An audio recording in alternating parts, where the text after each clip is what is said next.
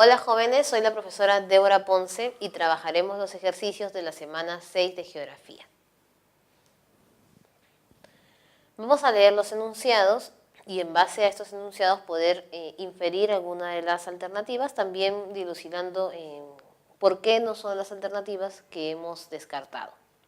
Un equipo de profesionales investiga el comportamiento de los glaciares en Ancas.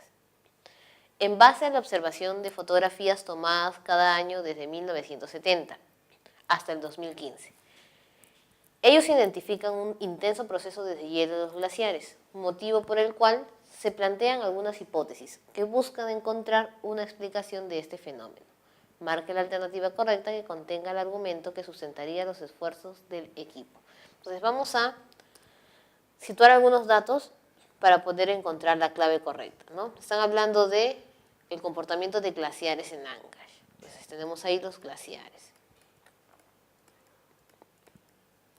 Desde el año 1970 se han venido tomando fotos a estos glaciares, pero se han dado cuenta que en los últimos años hay un proceso mayor de deshielos.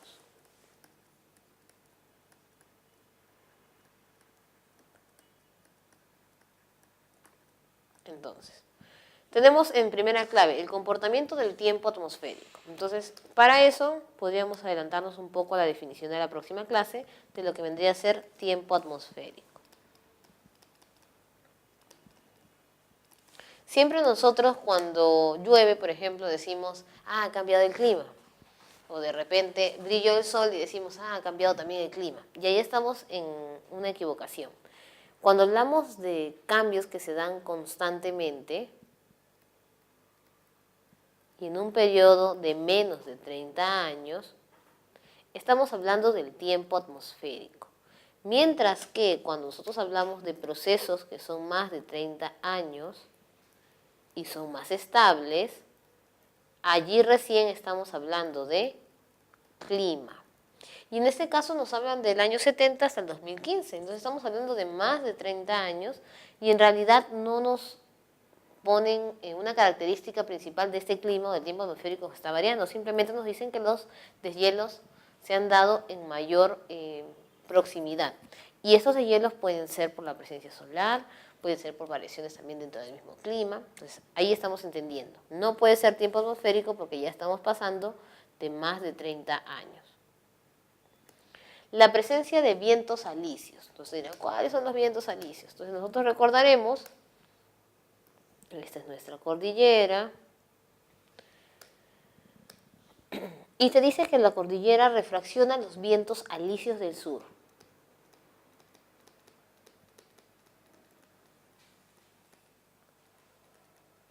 Del sureste. Entonces, ¿de dónde salen los vientos alisios? Existen los vientos planetarios.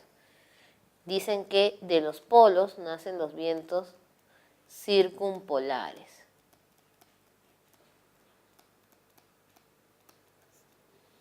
Del lado del oeste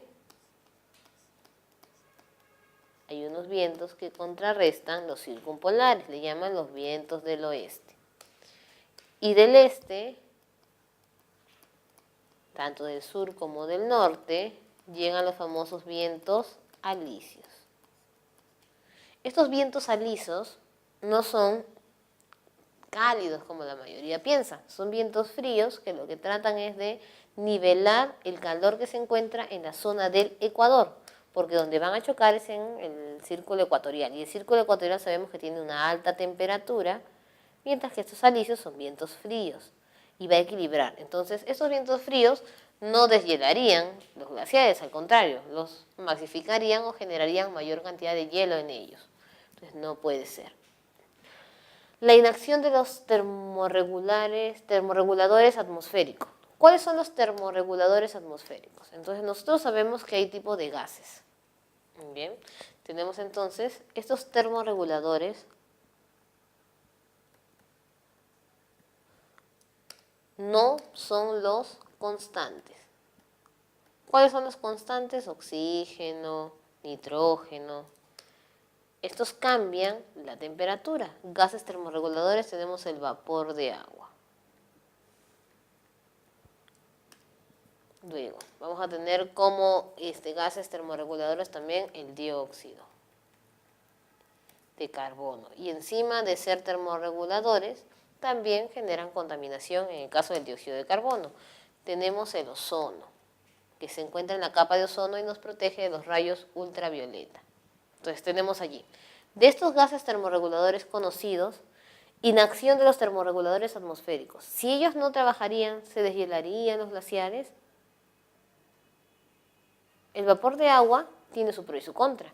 Puede generar la presencia de las nubes, pero también puede lograr la masificación de los deshielos, como también puede lograr la presencia de mayor contenido de hielo en los glaciares. En el caso del ozono, el ozono no tiene nada que ver con los glaciares, el ozono tiene más que ver con la protección de los rayos UV. Entonces nos vamos a dar cuenta que no. Adelgazamiento de la troposfera. ¿Y cuál es la troposfera? Recordemos nosotros, de las capas de la atmósfera. Donde vivimos nosotros se llama troposfera.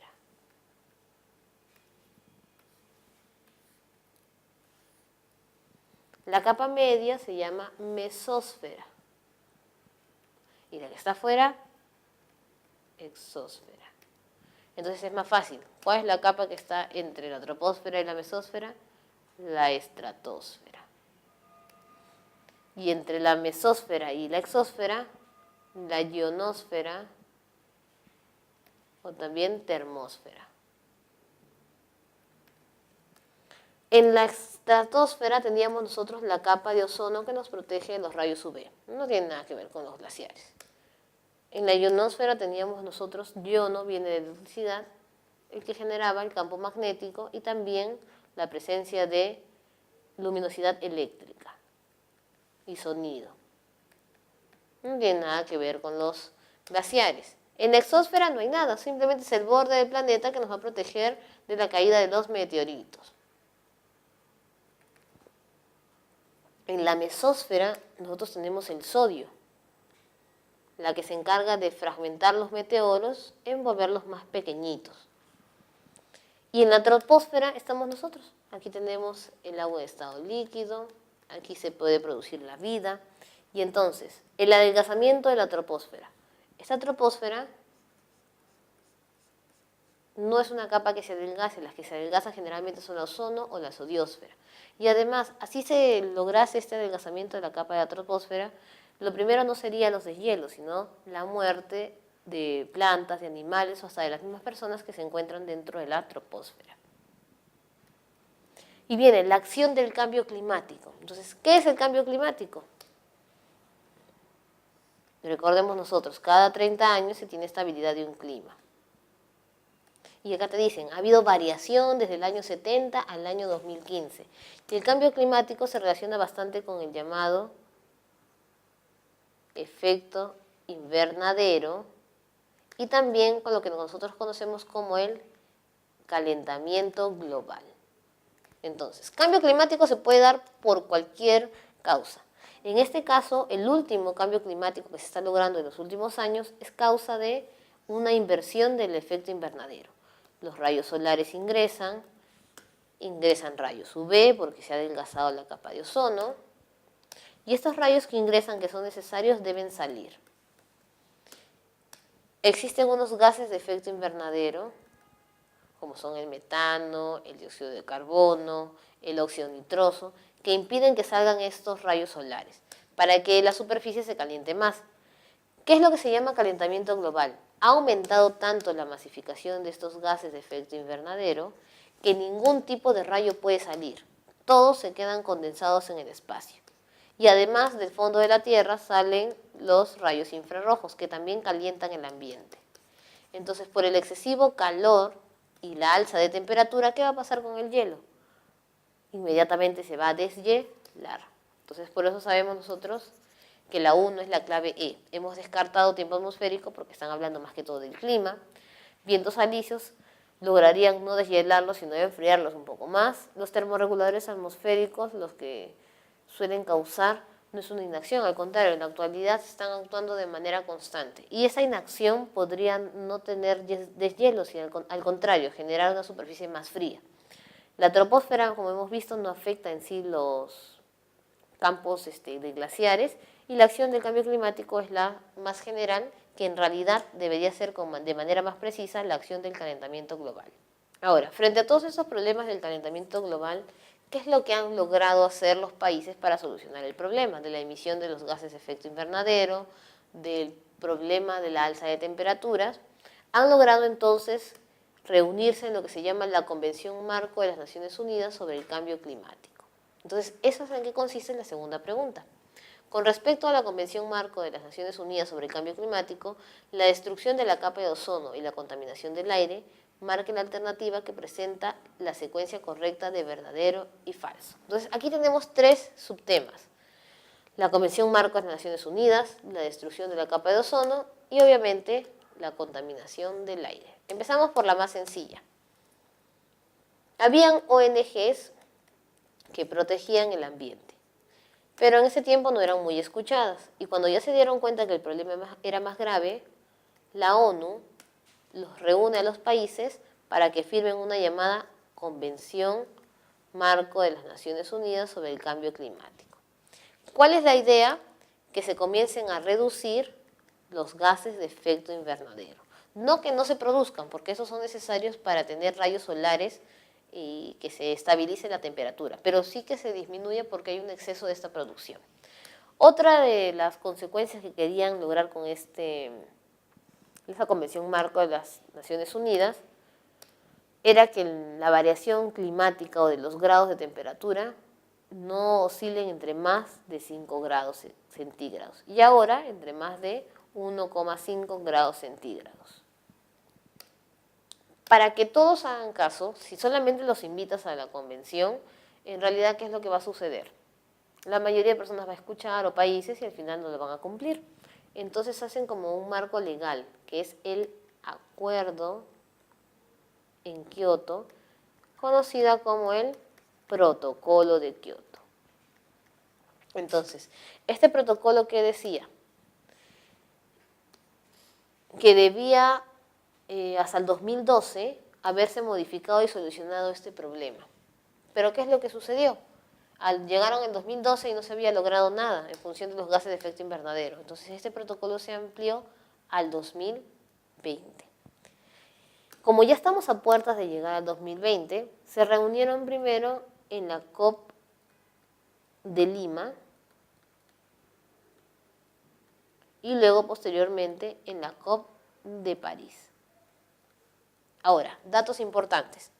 ¿En qué protocolo nosotros ampliamos de 2012 al 2020? Es en el protocolo, en la reunión de la COP 18 de Doha, Qatar. Entonces, en Doha, Qatar se tomó la decisión de ampliar de 2012 al 2020. La COP 20 de Lima logró hacer un primer borrador de lo que sería un acuerdo que reemplazaría el protocolo de Kioto. Y en la COP 21 de París se firma ese acuerdo, por eso se conoce como Acuerdo de París. ¿Vemos ahí? Ahora, en la actualidad el que se está poniendo en funcionamiento es el protocolo de Kioto hasta que lleguemos al 2020 y entre el Acuerdo de París, que lo que trata es de ver el pago de los bonos de carbono,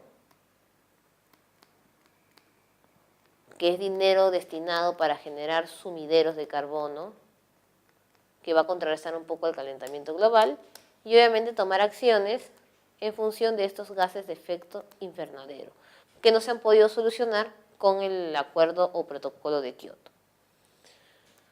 Ahora, ¿qué es lo que nosotros analizamos con la destrucción de la capa de ozono? Este problema es más antiguo. Entonces, para solucionar la destrucción de la capa de ozono, que ya tenía un agujero, no se va a utilizar el protocolo de Kioto porque es nuevo, se va a utilizar el protocolo de Montreal. Este protocolo de Montreal lo que trata es de eliminar las emisiones de lo que nosotros conocíamos antes como CFC, derivados del cloro. Ahora, gracias a este protocolo, está prohibido la emisión de derivados del cloro, como son los CFC, a través de evitar que esta capa de ozono se siga deteriorando. Y bueno, ya en función de la contaminación del aire podemos decir que se logra ¿por qué razón? Por la emisión de basura en las calles, por la quema de esta basura, también por haber mayor demografía, por el uso de aerosoles, que no solamente provocan o crean gases de efecto invernadero, sino también son agentes de contaminación, entre otros similares. Entonces, vamos a ver si lo que está las claves ahí que se mencionan son correctas. El protocolo de Kioto fue establecido en la COP3, entonces nosotros sabemos, la COP3 es verdadero porque son las primeras reuniones que se hubo. La primera reunión nosotros sabemos que formaron la convención, en la segunda se tomó la decisión de hacer un acuerdo y en la tercera se firma el protocolo de Kioto.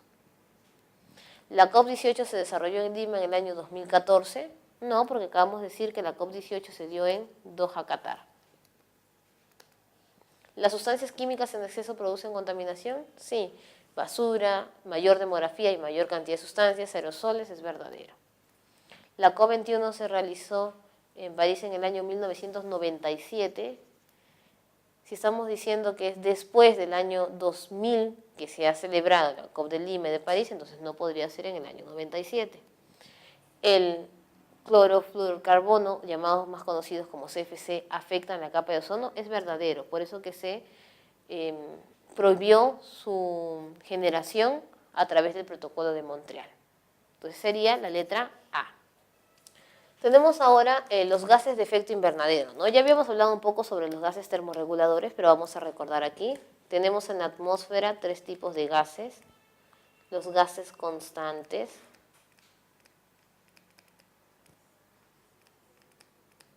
los gases termorreguladores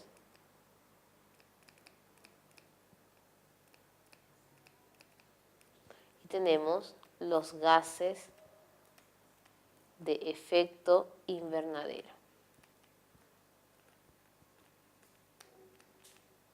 Más conocido como GEI.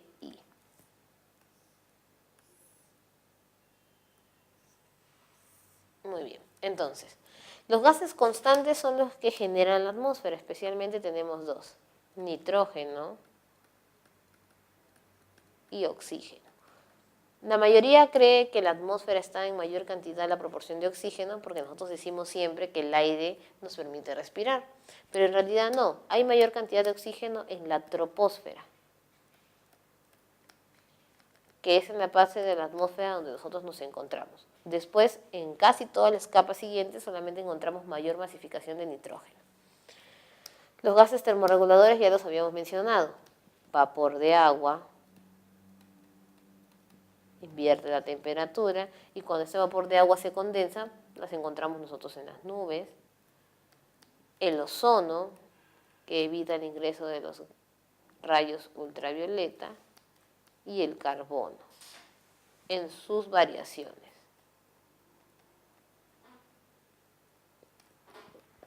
Ahora, de estos gases vamos a encontrar nosotros gases contaminantes. Están los gases de efecto invernadero y antes encontrábamos los CFC. Entonces tenemos allí. ¿Cuáles son? Metano,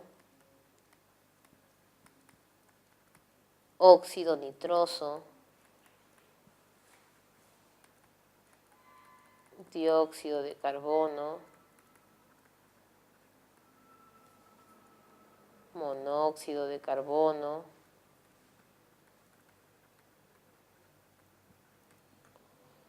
tenemos, y también los derivados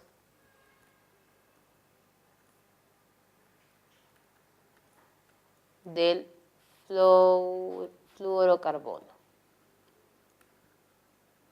los que le llaman los carbonados, que ya no son de cloro. Entonces, ¿qué es el metano? El metano es el gas de efecto invernadero que se produce generalmente en la quema de combustible de origen vegetal. Por ejemplo, estamos hablando acá de la quema de la parte vegetal, o cuando los animales muertos se convierten en abono, entre otros. La ventaja del metano es que puede ser transformado en gas natural. Bien. Ahora, el óxido nitroso normalmente lo encontramos en el nylon. Por eso se produce de origen industrial. Este nylon puede ser obtenido de varias maneras, ¿no? O lo podemos encontrar en varias maneras. En cañas de pescar, en el hilo que se utiliza, en la ropa o en productos como en el plástico, que son difíciles de ser transformados. La única forma de erradicar esta producción del nylon es con la quema. Y la quema de basura está generando otro metal conocido como dióxido de carbono. Y el uso también de aerosoles. ¿Y el monóxido de carbono dónde lo encontramos más? En el combustible, en los autos y obviamente en la producción del smog. Y estos derivados del fluorocarbono, que son el reemplazo a los CFC, normalmente los encontramos nosotros en la actividad industrial. Porque como ahora está prohibido usar los derivados del cloro, han encontrado unos derivados que pueden reemplazarlo, pero que también contaminan, pero es menor. En el caso de los clorofluorocarbono, ahora tenemos los fluorocarbonados. Tenemos entonces aquí las dos columnas. En una columna nos colocan a nosotros los gases contaminantes y en otra columna nos colocan su relación. Entonces vamos a ver cómo podemos unir las columnas. Originados en la producción de nylon. El óxido nitroso. Otro que también conocemos nosotros, el metano. Dicen quema de sembrados, descomposición orgánica, de origen industrial como pantallas planas o de origen industrial como refrigerantes. Entonces, si vemos nosotros que son más precisos, cuando nosotros revisamos nuestra separata nos vamos a dar cuenta ahí exactamente en qué nos están mencionando, ¿no? En el caso del metano, estamos viendo entonces descomposición orgánica, porque estábamos hablando que la quema generalmente es producción del dióxido de carbono. Luego tenemos nosotros trifluoruro, hidrofluoruro y dióxido de carbono. Entonces ya hemos dicho, la quema de combustible generalmente es el dióxido. Entonces nos vamos aquí.